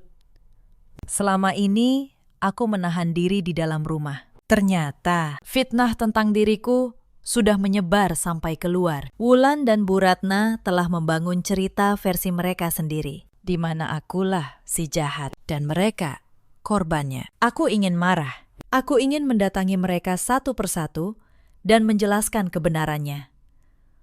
Tapi aku tahu, kata-kata melawan kata-kata hanya akan menjadi pertengkaran tanpa akhir. Yang kubutuhkan bukan adu mulut. Yang kubutuhkan adalah bukti. Bukti yang tidak bisa dibantah oleh siapapun. Mulai saat itu, tekadku semakin bulat. Aku tidak akan lagi membela diri dengan air mata. Aku akan membela diri dengan kebenaran yang hitam di atas putih. Kali ini, Bu Ratna bahkan tidak menyediakan kamar untuknya. Ia menyuruh ibuku tidur di ruang belakang. Ruang yang biasa dipakai menyimpan barang-barang bekas. Dengan alasan, kamar tamu sedang penuh. Aku tahu itu bohong. Kamar tamu kosong. Tapi ibuku, dengan senyum yang selalu ia paksakan, berkata bahwa ia tidak keberatan. Malam itu, aku diam-diam memindahkan kasur lipat ke ruang belakang dan tidur menemani ibuku di sana, agar ia tidak merasa sendirian. Sambil memandang langit-langit yang berdebu, aku berbisik dalam hati, "Bu, maafkan aku. Suatu hari nanti, aku berjanji, kamu tidak akan pernah lagi tidur di ruangan seperti ini." Beberapa hari kemudian, Bu Ratna mengajakku bicara serius. Ia bilang, demi ketenangan keluarga, sebaiknya sertifikat rumah diatasnamakan Reza saja. Alasannya, agar tidak ada masalah di kemudian hari. Agar terlihat pantas, katanya, sebagai rumah laki-laki. Aku terdiam. Aku tahu betul, ini bukan soal ketenangan. Ini soal kepemilikan. Aku menjawab pelan bahwa urusan sertifikat tidak perlu diburu-buru. Bu Ratna langsung berubah wajah. Ia menuduhku tidak percaya pada keluarga sendiri. Ia bilang, aku perempuan licik yang menyembunyikan sesuatu. Pertengkaran itu memuncak beberapa hari kemudian. Bu Ratna mengumpulkan beberapa kerabat dekat di ruang tamu. Di hadapan mereka, ia menuntut agar aku meminta maaf. Karena katanya aku telah membantah dan tidak menghormatinya. Ia bahkan menyuruhku berlutut sebagai tanda penyesalan. Aku berdiri kaku, air mataku mengalir. Bukan karena takut, tapi karena marah yang tertahan. Saat itu, Reza ada di sana. Ia melihat istrinya dipermalukan di depan banyak orang. Dan ia, seperti biasa, memilih menunduk. Aku tidak berlutut. Aku hanya berkata pelan bahwa aku tidak melakukan kesalahan yang perlu disesali. Bu Ratna semakin murka. Ia mengancam, jika aku tidak menurut, ia akan menyuruh Reza menceraikanku dan mengusirku dari rumah ini. Ancaman itu membuatku hampir tertawa getir. Mengusirku dari rumahku sendiri. Mereka bahkan tidak tahu, atau pura-pura tidak tahu, nama siapa yang tertulis di sertifikat rumah ini. Dan di saat itulah, sepotong rencana mulai terbentuk di kepalaku. Jika suatu hari mereka benar-benar ingin tahu siapa pemilik rumah ini, aku akan menunjukkannya pada waktu yang tepat, di depan semua orang. Malam itu, untuk pertama kalinya, aku tidak bisa tidur. Aku membuka laci kamarku, dan kupandangi sertifikat itu lama-lama. Di sana, jelas tertulis sebuah nama. Bukan nama Reza, bukan nama Bu Ratna. Aku menutup laci itu kembali. Belum waktunya, bisikku dalam hati.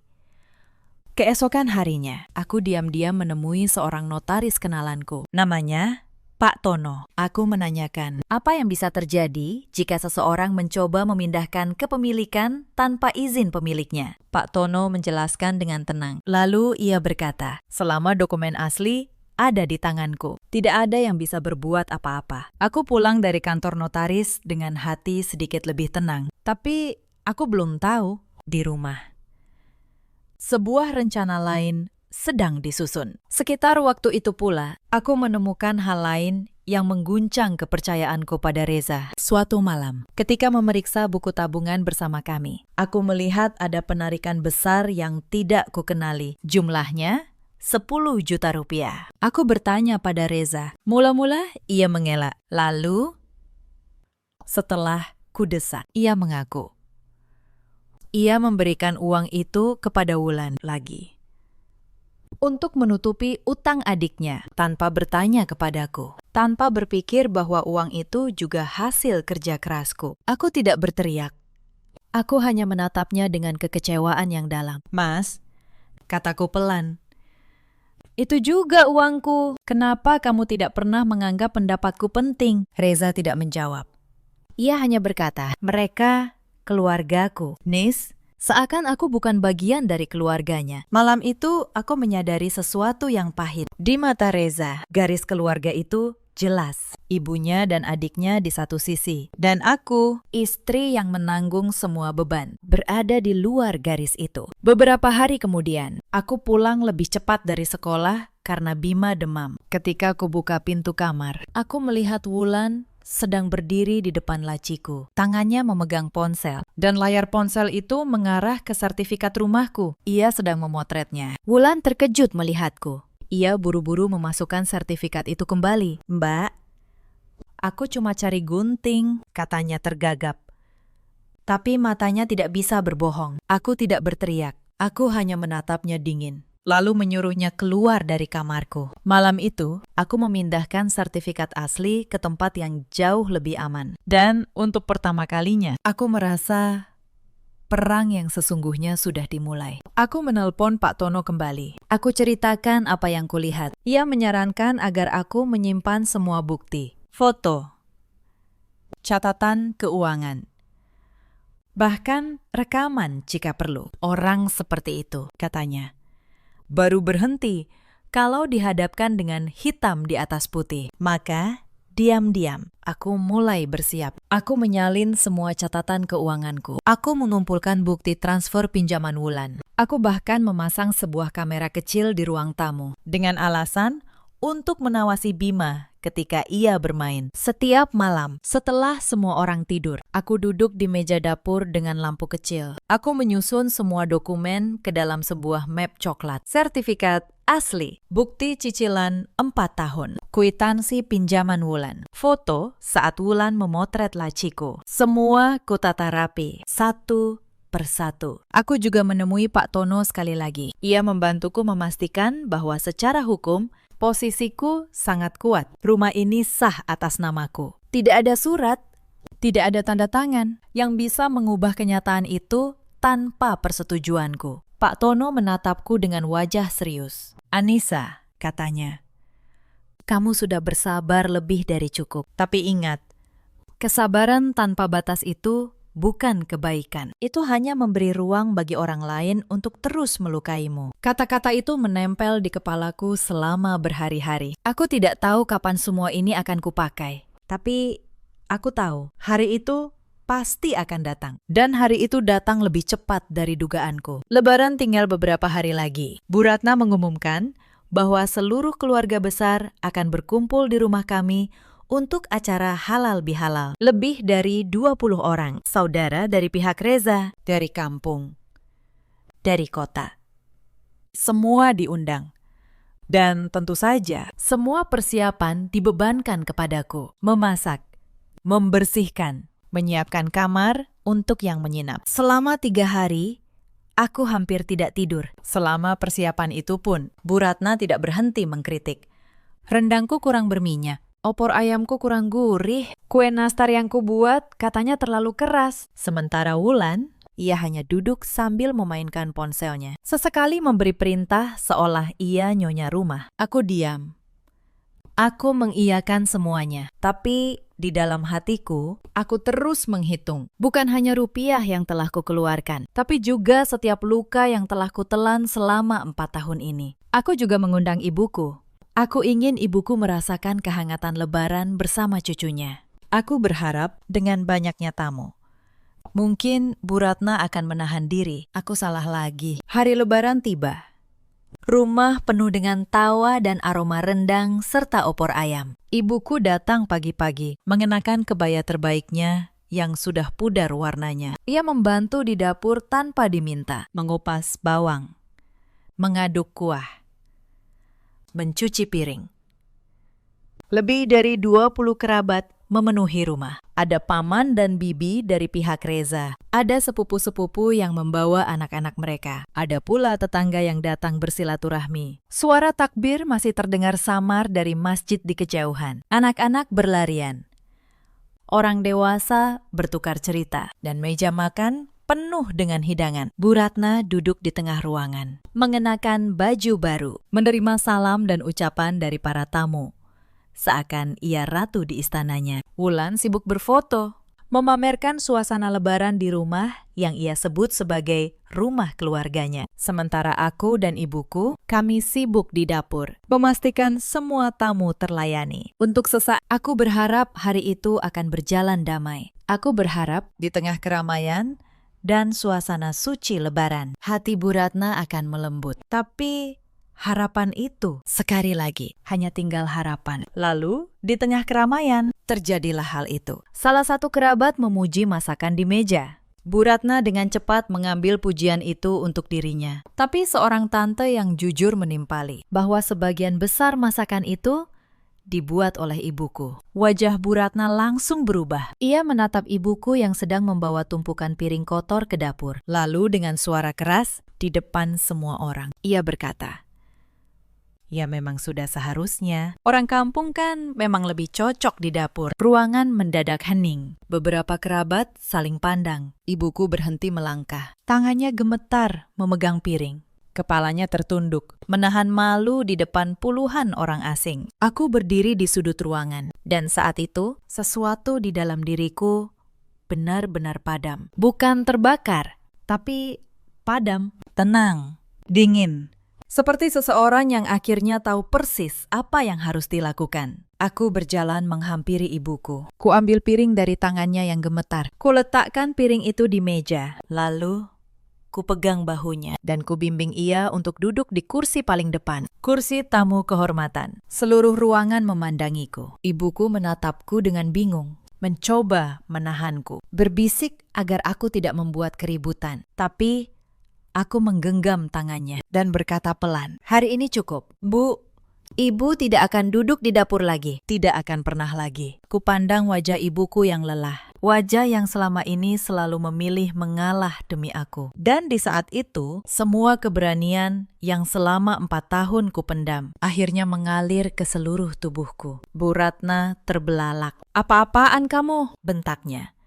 Aku tidak menjawabnya dulu. Aku berjalan ke kamar. Aku membuka tas, dan ku keluarkan sebuah map coklat. Lalu aku kembali ke ruang tamu, di hadapan seluruh keluarga besar yang masih terdiam. Reza berdiri. "Nis, kamu mau apa?" katanya panik. Aku menarik napas perlahan, lalu aku berbicara tanpa meninggikan suara. Tapi setiap kata terdengar jelas di seluruh ruangan. "Sebelum acara ini dilanjutkan," kataku, "izinkan saya meluruskan satu hal. Tadi ibu mengatakan rumah ini milik keluarga Reza. Mari kita lihat. Apa benar begitu?" Aku membuka map itu. Dan kuletakkan selembar dokumen di atas meja, di tengah semua orang. Sertifikat rumah. Aku membiarkan mereka membaca sendiri nama yang tertulis di sana. Bukan nama Reza, bukan nama Bu Ratna. Yang tertulis di sana hanya satu nama, namaku. Suasana berubah total. Beberapa kerabat mendekat, membaca dengan mata melebar. Ada yang berbisik. Ada yang menutup mulut karena terkejut. Wajah Bu Ratna memucat. Reza terduduk di kursi. Tidak bisa berkata apa-apa. Bu Ratna mencoba membela diri. Ia bilang, dokumen itu pasti palsu. Ia bilang, aku memalsukannya. Tapi, seorang sepupu Reza yang kebetulan bekerja di bidang properti mengambil sertifikat itu, memeriksanya. Lalu mengangguk pelan. "Ini asli," katanya. Dan namanya jelas, Anissa. Bu Ratna terdiam. Untuk pertama kalinya selama 4 tahun, aku melihat wajah temboknya retak. Tapi aku belum selesai. Aku mengeluarkan lembar kedua. Catatan keuangan. 4 tahun cicilan rumah. Semuanya dibayar dari rekeningku. Aku letakkan lembar demi lembar, agar semua orang bisa melihat. Tanggalnya, jumlahnya. Semuanya tercatat rapi. Selama ini, kataku. Ibu mengatakan kepada para tetangga bahwa rumah ini dibeli oleh keluarga Reza. Inilah kebenarannya. Setiap rupiah dibayar dari gaji saya sebagai guru. Lalu, aku menatap Wulan. Aku tunjukkan bukti transfer 50 juta kepadanya. "Pinjaman ini," kataku, yang katanya untuk usaha. Sampai hari ini belum ada usahanya. Yang ada hanya tas dan salon. Wulan menunduk. Wajahnya merah padam. Ia membuka mulut untuk membantah, tapi tidak ada satu kata pun yang keluar. Bukti itu terlalu jelas untuk dibantah. Lalu aku mengeluarkan ponselku. Tanganku tenang.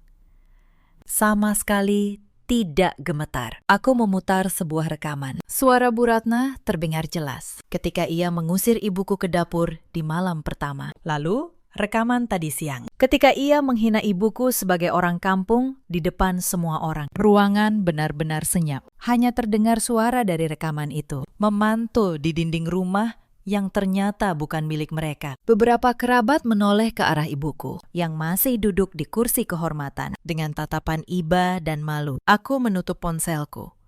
Lalu aku menatap Bu Ratna lurus-lurus. Bu, kataku tenang. Selama 4 tahun, saya diam. Saya kira diam itu sama dengan menjaga keluarga. Ternyata saya keliru. Diam saya hanya membuat ibu merasa berhak menghina orang yang saya cintai. Aku menoleh kepada Reza. Dan kamu, kataku. Kamu suamiku, tapi setiap kali ibumu merendahkan ibuku, kamu memilih menunduk pada ponselmu. Aku tidak butuh laki-laki seperti itu di rumahku. Aku berdiri tegak, lalu dengan suara yang tenang, namun tak bisa dibantah, aku berkata, rumah ini atas nama saya, maka mulai hari ini saya minta ibu dan siapapun yang merasa rumah ini bukan milik saya untuk keluar dari sini. Lalu, aku menoleh ke seluruh ruangan, ke para kerabat yang masih terdiam. Saya minta maaf, kataku, karena hari raya ini harus menjadi seperti ini. Tapi saya sudah terlalu lama diam. Selama 4 tahun, saya menanggung semuanya sendiri. Cicilan rumah, kebutuhan keluarga, bahkan utang yang bukan milik saya. Saya melakukannya tanpa mengeluh, karena saya pikir itulah arti menjadi keluarga. Aku menarik napas. Tapi keluarga bukan tentang siapa yang paling berkuasa di rumah. Keluarga adalah tentang saling menghormati. Dan rumah ini, sejak hari ini, hanya akan diisi oleh orang-orang yang tahu cara menghormati. Bu Ratna mencoba berdiri. Ia berteriak, menyebutku menantu durhaka. Ia bilang, aku tidak punya rasa hormat, bahwa darah dagingnya yang membesarkan Reza. Tapi kali ini, tidak ada yang membelanya. Para kerabat yang tadi tertawa di mejanya, kini menundukkan kepala. Beberapa dari mereka justru memandang Bu Ratna dengan rasa jijik yang tak lagi disembunyikan. Seorang paman tua yang paling dihormati di keluarga itu berdiri perlahan. Ia menatap Bu Ratna, lalu menatapku. Anissa benar, katanya dengan suara berat. Kita semua sudah ikut menari di rumah orang yang kita rendahkan. Sebaiknya kita pulang. Satu persatu, para tamu mulai pergi. Tidak ada lagi tawa, tidak ada lagi pujian. Yang tersisa hanya rasa malu yang menggantung di udara. Beberapa kerabat perempuan sebelum pergi menghampiri ibuku. Mereka menggenggam tangannya, meminta maaf atas perlakuan yang ia terima. Salah satu dari mereka berkata bahwa ibuku adalah perempuan terhormat dan tidak pantas diperlakukan seperti itu. Ibuku hanya tersenyum. Matanya berkaca-kaca dan mengangguk pelan.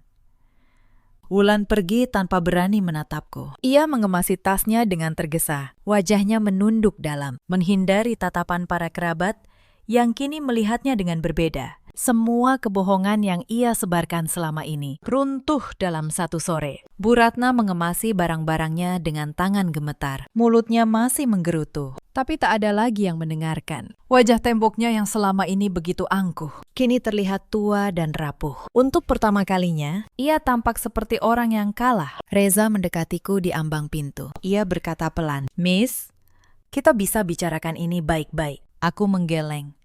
Waktu untuk bicara baik-baik sudah lewat. Mas, kataku, sudah lewat 4 tahun yang lalu. Setiap kali kamu memilih diam. Ia tidak menjawab. Ia hanya mengambil tasnya dan pergi mengikuti ibunya. Malam itu, rumah yang biasanya penuh sindiran, akhirnya sunyi. Tapi sunyi yang berbeda, sunyi yang lega. Aku duduk di dapur bersama ibuku. Kali ini bukan di lantai yang dingin, tapi di meja makan, di kursi yang layak. Aku memasakkan ikan goreng, sayur asem, dan sambal terasi kesukaannya. Ibuku menatapku lama, matanya basah. "Nak," katanya pelan, "ibu tidak pernah ingin kamu kehilangan rumah tanggamu karena ibu." Aku memegang tangannya yang keriput. "Bu," kataku, "aku tidak kehilangan apa-apa. Aku justru baru menemukan diriku kembali." Bima berlari kecil ke pangkuanku, membawa kain batik yang ditenun neneknya. Ia tertawa,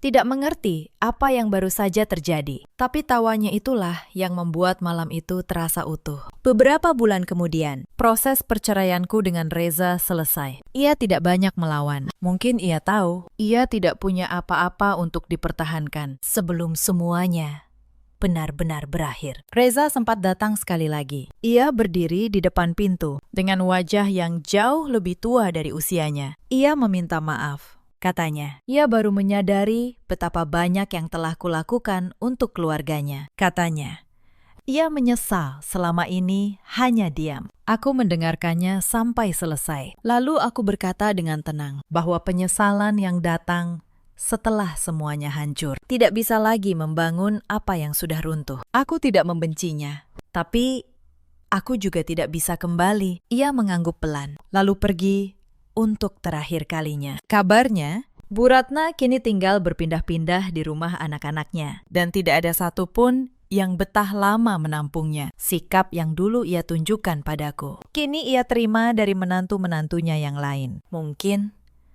untuk pertama kalinya, ia merasakan bagaimana rasanya menjadi orang asing di rumah orang lain. Wulan, usaha yang ia impikan tidak pernah terwujud. Utangnya menumpuk di banyak tempat. Tas-tas mahal yang dulu ia pamerkan, satu persatu ia jual untuk menutupi kebutuhan. Tidak ada lagi yang mau meminjamkan uang padanya. Sementara Reza, ia hidup sendiri di sebuah kontrakan kecil. Kembali menjadi laki-laki yang selalu diam. Hanya saja, kini tidak ada lagi istri yang menanggung diamnya itu. Aku tetap di rumahku, di Bintaro.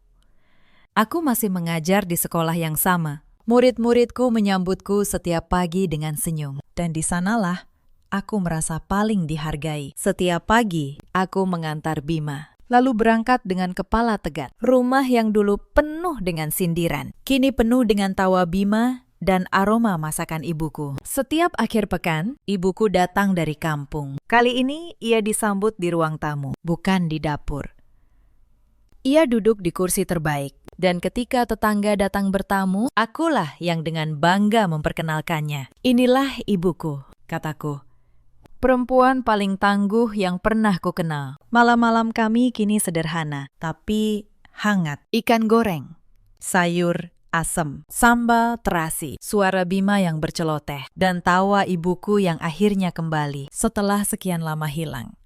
Kadang, ketika malam sudah larut, dan Bima sudah tidur, aku duduk sendiri di teras rumah. Aku memandang halaman kecil yang dulu kuimpikan. Aku ingat semua air mata yang pernah kutelan di rumah ini. Tapi aku tidak menyesalinya, karena setiap luka itu pada akhirnya mengajariku untuk berdiri. Aku tidak lagi marah pada Bu Ratna, pada Wulan, atau bahkan pada Reza. Kemarahan hanya akan membebani hatiku. Yang kupilih sekarang adalah ketenangan. Ketenangan seorang perempuan yang akhirnya tahu nilai dirinya dan tidak akan pernah lagi membiarkan siapapun merampasnya. Cerita ini mengajarkan satu hal sederhana. Kesabaran itu mulia, tapi kesabaran yang membiarkan orang yang kita cintai diinjak-injak, itu bukan lagi kesabaran. Itu pengkhianatan terhadap diri sendiri. Jangan pernah diam ketika ibumu dihina, dan jangan pernah merasa rendah hanya karena seseorang berusaha membuatmu merasa begitu. Di luar sana, ada banyak perempuan yang seperti aku dulu, menelan air mata di dapur yang dingin, demi menjaga rumah tangga yang sebenarnya tidak pernah menghargai mereka. Kalian tidak salah, karena bersabar. Tapi kalian juga berhak berhenti ketika kesabaran itu sudah tidak ada gunanya. Ada juga banyak suami di luar sana yang seperti Reza, memilih diam, mengira diam itu netral. Padahal diam di hadapan kezaliman adalah memihak kepada yang zolim. Dan ada pula para ibu mertua yang lupa bahwa menantu juga punya ibu. Bahwa perempuan yang mereka rendahkan dulu juga dibesarkan dengan susah payah oleh seorang ibu di sebuah kampung yang jauh. Aku menceritakan kisah ini bukan untuk mengajak siapapun membenci, tapi untuk mengingatkan bahwa tidak ada seorang pun yang dilahirkan untuk direndahkan, terutama